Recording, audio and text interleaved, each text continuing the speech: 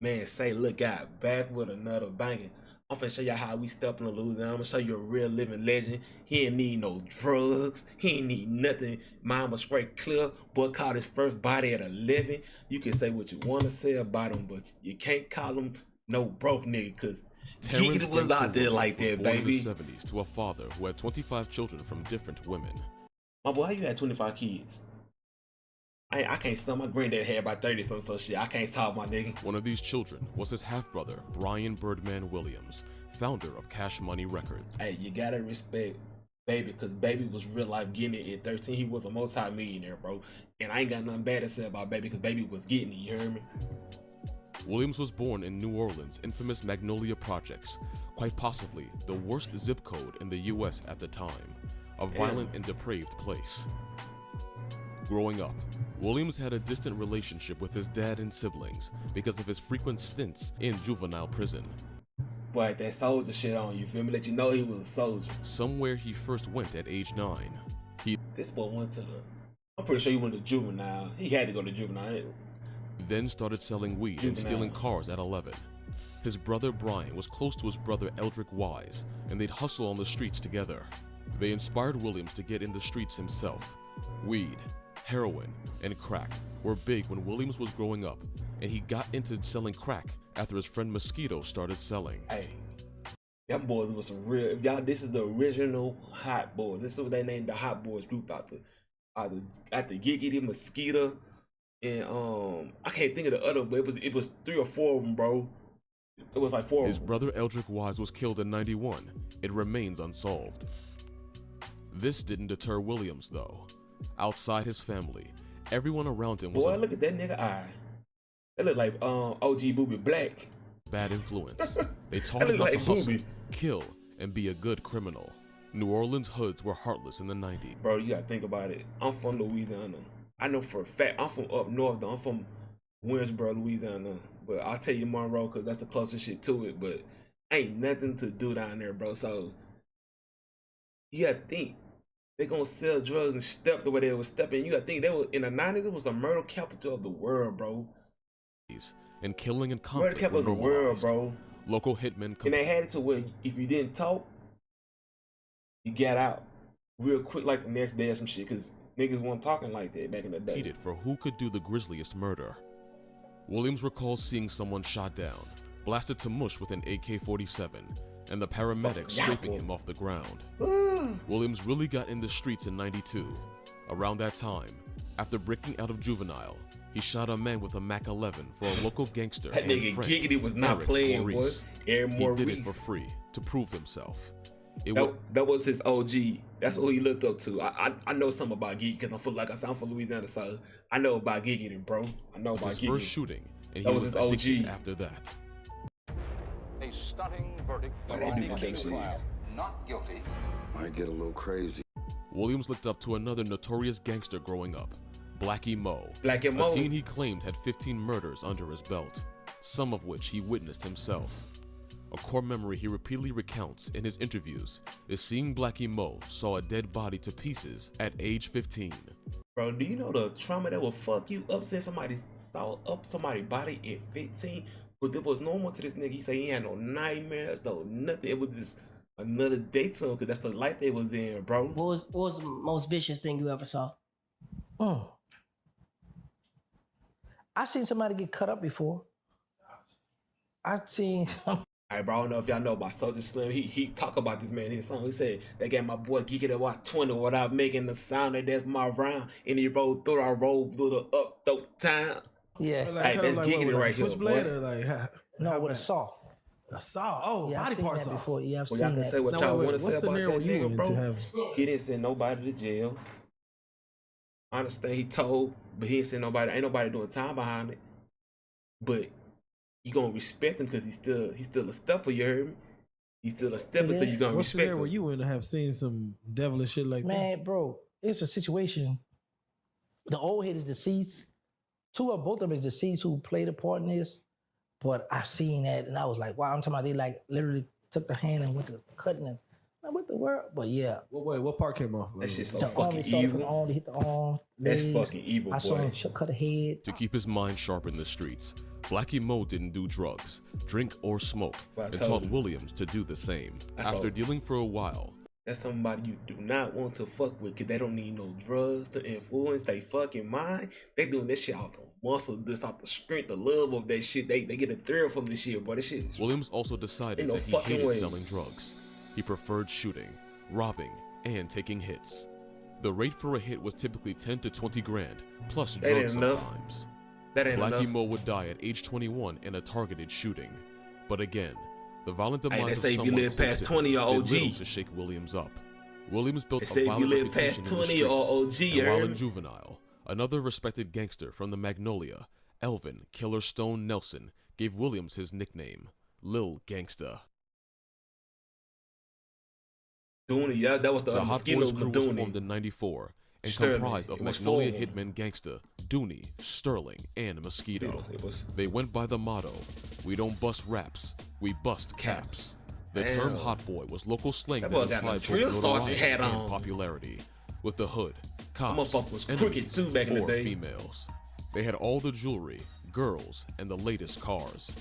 They were all about stunting and having fun in the moment. Gangsta was known to throw money out the window around the city. In the night, Hey, nigga, that's a dangerous life. You gotta think about, like, so many of them niggas got shot up back in the day and didn't make it, bro.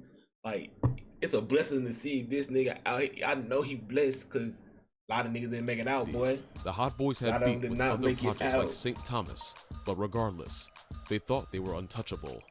They prided themselves in on-site shootings and striking the enemy first. If they got shot at, they'd go shooting their enemies at random.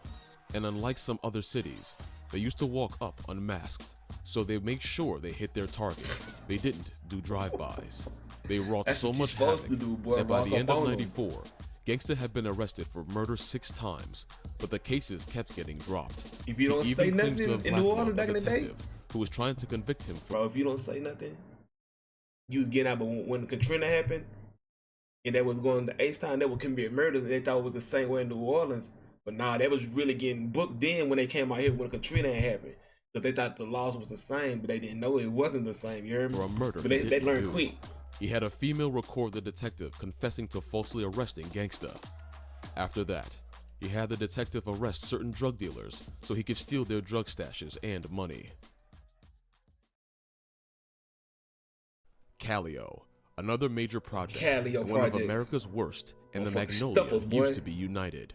The Callio was also home to the Miller brothers, otherwise known as Master P, Silk the Hey, you gotta show Master P respect. He a legend again too. Niggas was not making money to P started making that money. So I gotta give all the utmost respect to P, baby.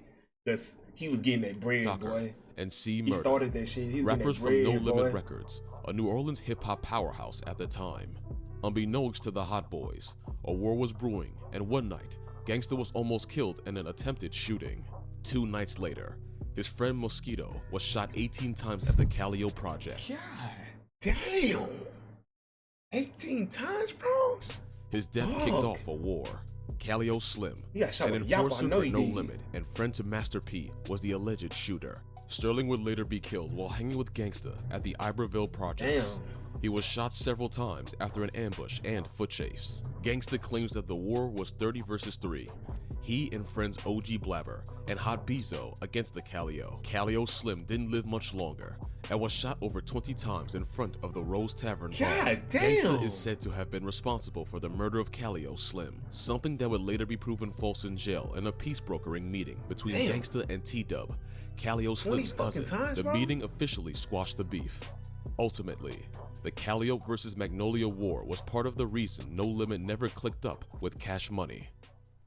Bro, that wouldn't have been so epic to see Cash Money and No Limit in the same time, bro. They click up, bro. Them niggas wouldn't have made so much fucking money back in the day, but it was always headbutting, bro. It was too much bloodshed. It was too much bloodshed behind them boys. Brothers Birdman and Slim launched Cash Money Records in Slim, see this man right here? It's a real gangster. You don't never hear him say that. He always in the back of the scene. Hey, that's a real gangster right there, boy. 91. Gansta wasn't involved or interested in the music business himself. He was all about fast street money, though his brother Slim would encourage Gansta to get out of the streets. Years later in '97, Gansta claims to have come up with the name for Cash Money's breakout rap group himself, the Hot Boys, something he has never been compensated for. He also claims to have given BG, short for Baby Gangsta, his stage name.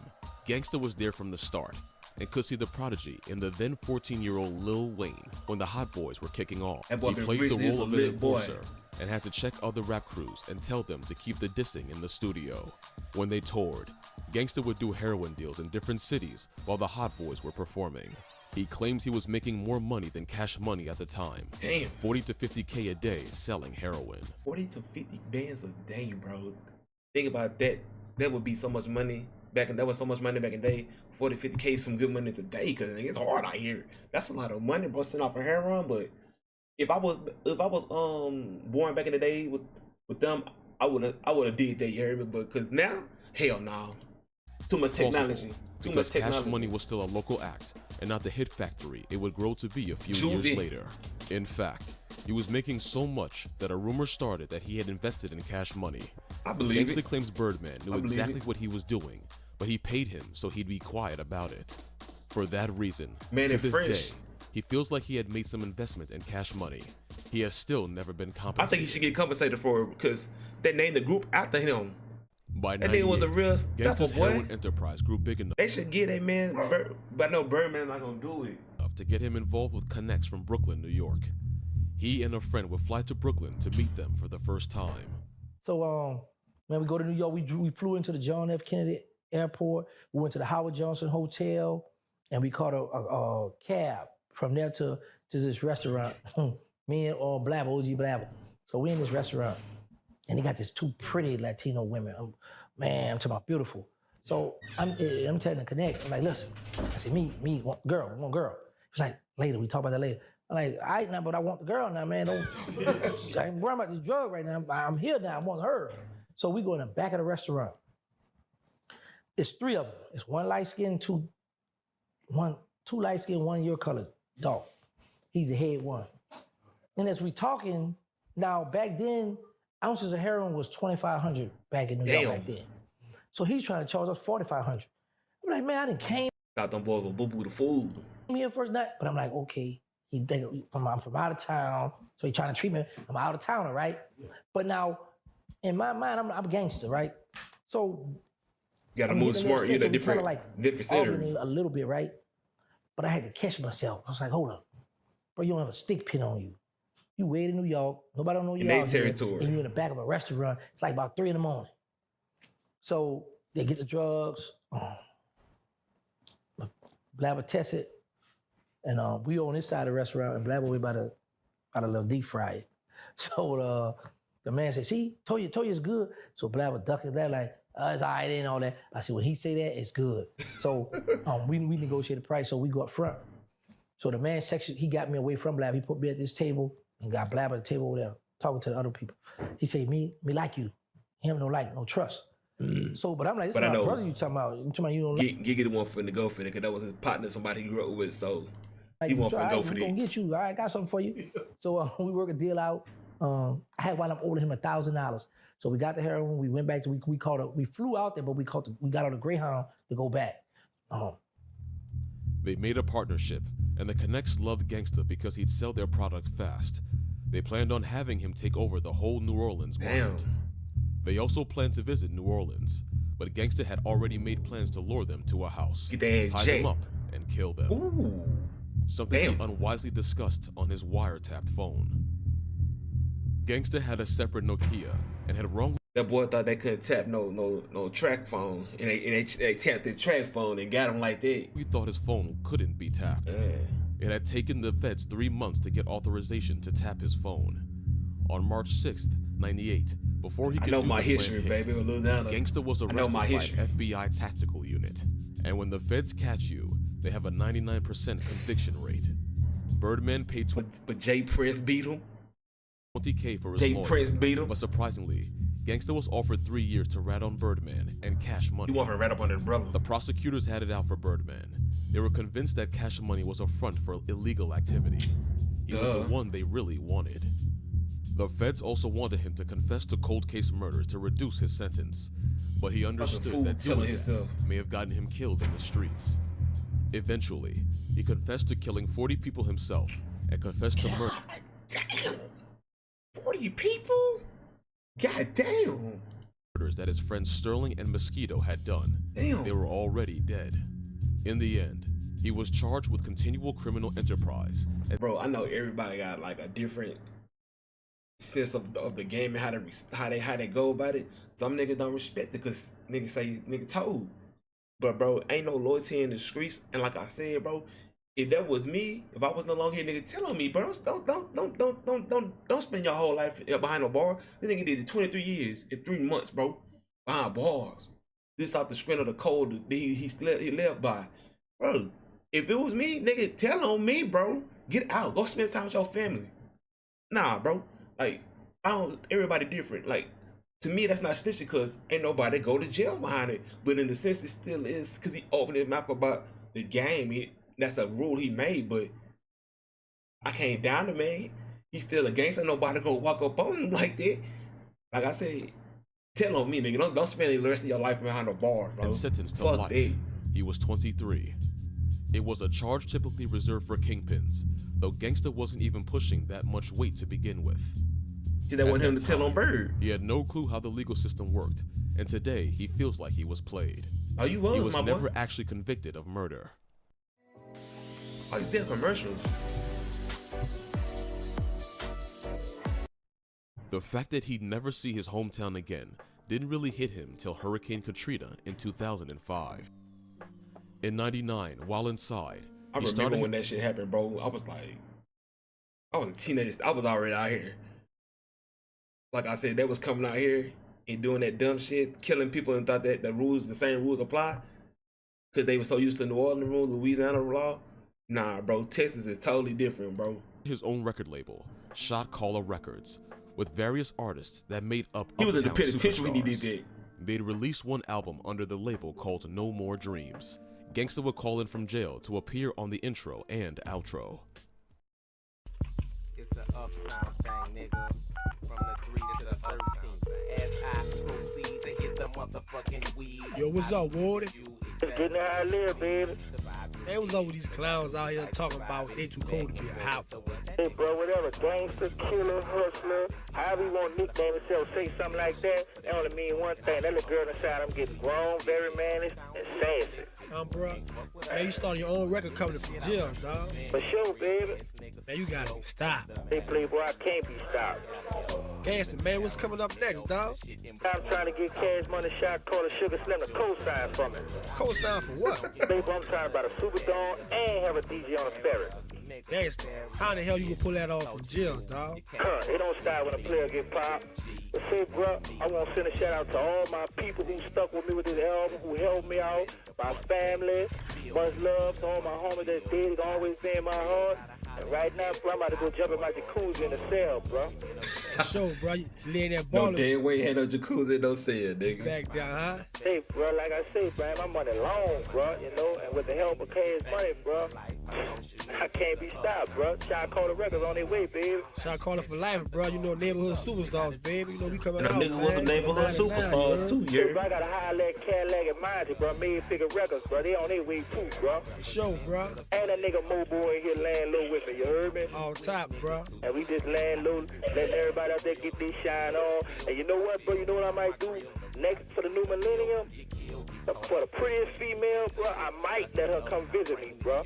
You heard me? I'm gonna hook on Q93. I might give her to come visit me.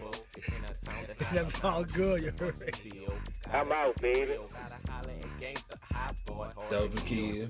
Gansta claims he could have signed Lil Wayne after a convo with Birdman about his Hot Boys rights. Allegedly, Birdman wouldn't give him any money, so he asked to sign Lil Wayne, who was still 17 and not a mainstream act yet. This never materialized. Not long after his sentence, $30 million. Cash Money signed a $30 million deal with Universal.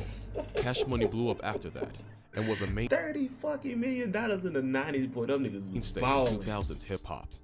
A lot of major artists came up under Birdman, and I Lil gotta- Wayne I went gotta on to give sell respect, hundreds bro. of millions of records. Birdman Gotta give cut his brother respect. off after 6 months in prison because he was allegedly moving drugs in prison with the money he sent him. Birdman didn't need any more heat from the cops, especially with Cash Money finally picking up steam. The rest of Gangsta's people took care of him during his sentence. New Orleans murders dropped significantly when Gansta was locked up. On the Let you know that nigga was stepping like that. That murder rate dropped because he was in the penitentiary. streets, the Dooney Boys emerged under Dooney's, the only hot boy left. Leadership after Sterling and Mosquito were killed, Damn. and Gansta went to prison. Dooney ran the drug trade at the Magnolias with an iron fist, and it bred internal tension. In May 2000, a younger Magnolia resident Of course, shot he got Dooney, and killed. he later died in the hospital. That was the end of the OG Damn. Hot Boys. After spending 23 years and 10 months in prison, 23 Gansta years. was released in 2000. Cause y'all niggas do 23 years, boy. If a judge gave you 23, nah, cause most of you niggas can't even do 5 years, nigga. You tellin', boy. Stop playing with me. Ain't no real nigga solid like that, no. It's rare. It's real rare you feel a nigga gonna take that much time and shut his mouth. You got kids out here, nigga. Think. You got kids, family, old lady. Nigga gonna hit your old lady while you up in that hole. Nigga, stop playing with me, boy. A lot of y'all niggas can't even do 23 years and 10 months, boy. 22. Stop playing with The me. reason was never made public. Gansta claims to have studied law in prison and appealed his sentence. He came back to a world where all his old enemies were dead, and his 2 kids grew up without him. He That's was met with crazy. resentment when he came home Of course. because some people felt like he had snitched. But But Gansta doesn't feel that way because no one has ever been convicted because of him. Ain't nobody went to jail. Gansta is now a YouTuber and has plans to break into the But hey, anyways, you can see that's the end of the video. Hey, shout out to that nigga Giggidy though, bro. Hey, you got my respect. You a gangster in Louisiana. You a living legend. You can't do nothing but respect it.